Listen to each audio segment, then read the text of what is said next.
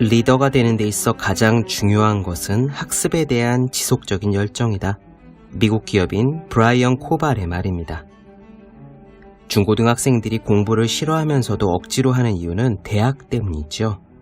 학생들은 조금만 참자라면서 대학이라는 결승선을 향해 전력 질주합니다.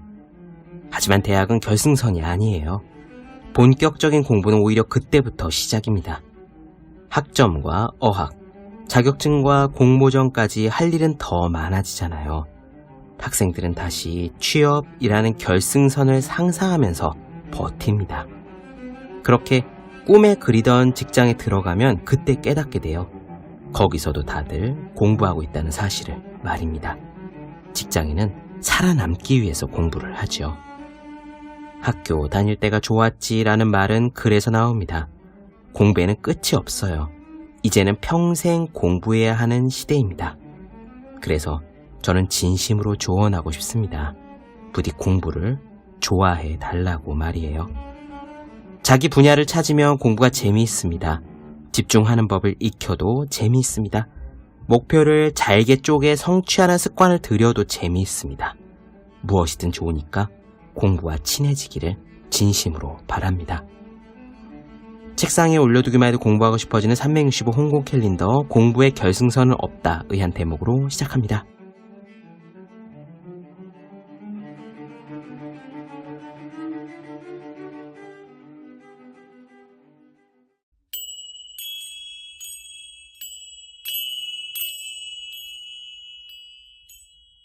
네, 안녕하세요. 본격 공부작업 팟캐스트 서울대는 어떻게 공부하는가 한지우입니다. 우리는 지금 애니 듀크의 결정, 흔들리지 않고 마음 먹은 대로 살펴보고 있습니다.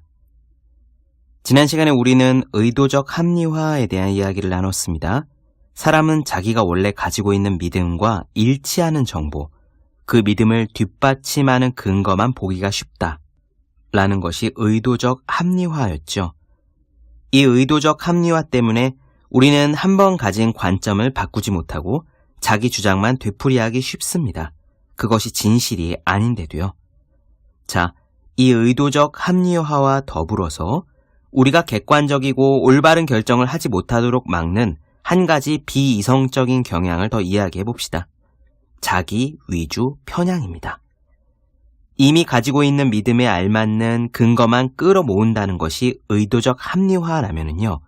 자기 위주 편향은 어떤 결과가 닥쳤을 때 그 결과를 자기에게 유리한 쪽으로만 해석한다는 겁니다. 어떻게 해석하느냐? 결과가 좋으면 자기 실력이 좋아서 일어난 일로, 결과가 나쁘면 운이 나빠서 일어난 일로 해석하는 거예요. 왜 우리 뇌가 이렇게 반응을 할까요?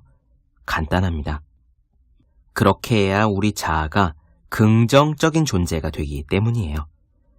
잘한 건 내 덕분이라고 해야 기분이 좋고 틀린 건 내 잘못이 아니라고 해야 기분이 좋습니다.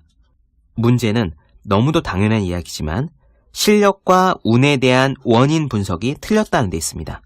그저 찍은 답이 맞아서 시험에 합격할 수도 있고 나는 내 할 일을 다 했는데 내 파트너가 일 처리를 제대로 하지 못해서 계약을 못 따낼 수도 있잖아요.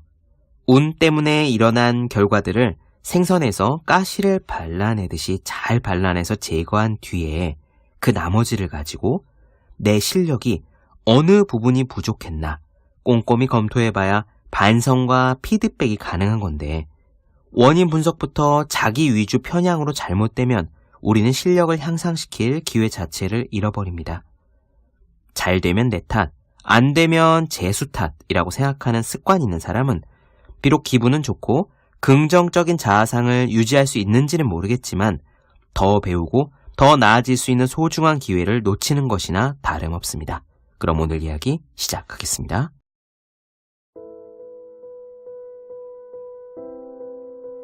우리가 결과물을 판단하는 방식은 예측 가능한 패턴을 띈다. 좋은 일은 자신의 실력이라고 여기고 나쁜 일은 불운을 탓한다. 그래야 그것이 우리 잘못이 아니게 되기 때문이다. 그 결과 우리는 경험으로부터 잘 배우지 못한다. 자기 위주 편향은 이러한 결과물 판독 패턴을 뜻하는 용어다. 우리의 자기 기만 능력은 거의 무한하다.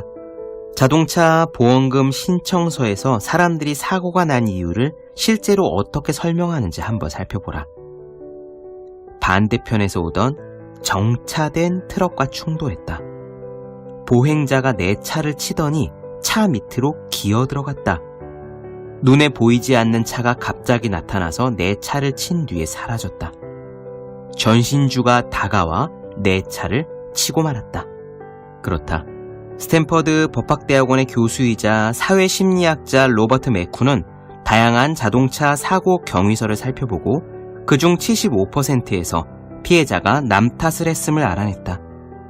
다수의 차가 연루된 사고에서는 운전자 중 91%가 다른 누군가를 탓했다.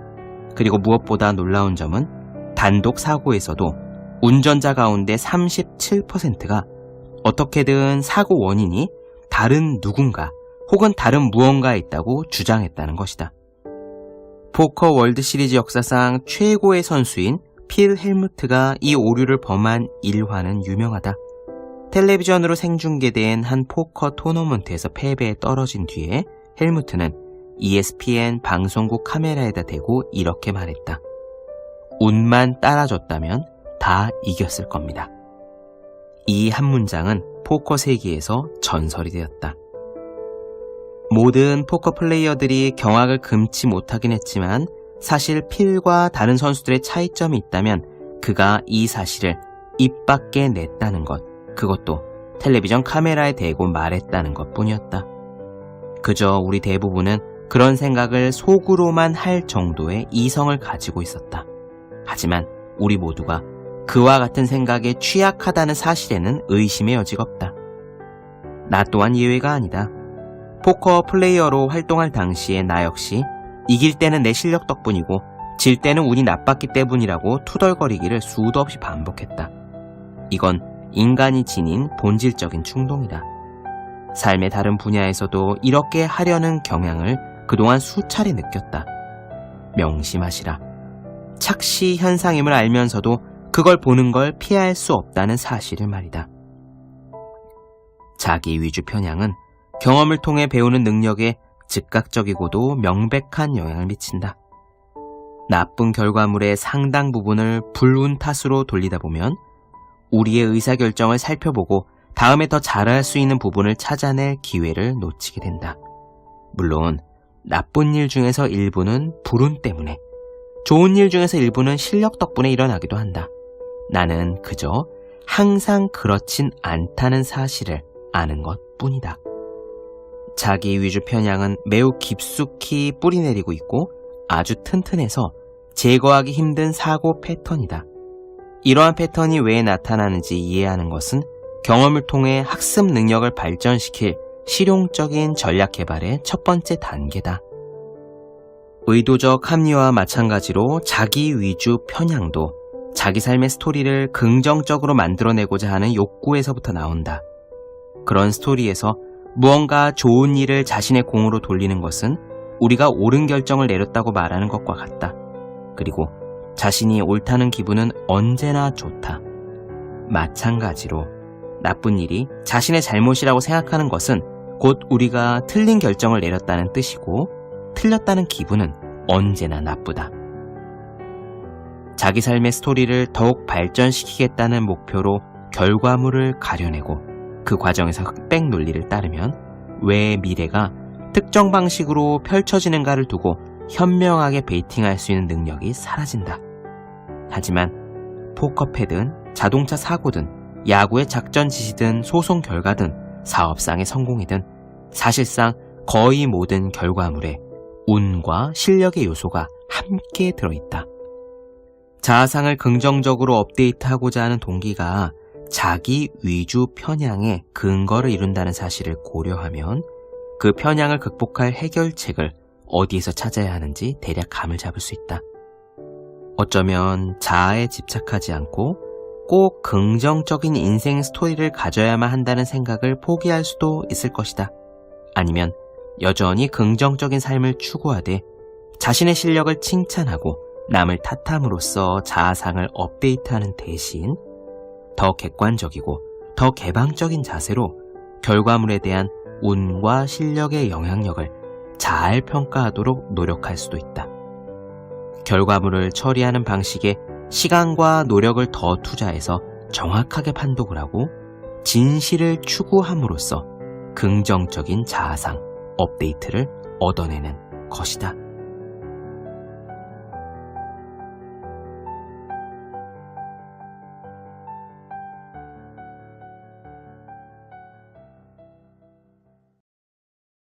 네, 본격 공부작업 팟캐스트 서울대는 어떻게 공부하는가? 애니 듀크, 결정 흔들리지 않고 마음먹은 대로 나눠드렸습니다.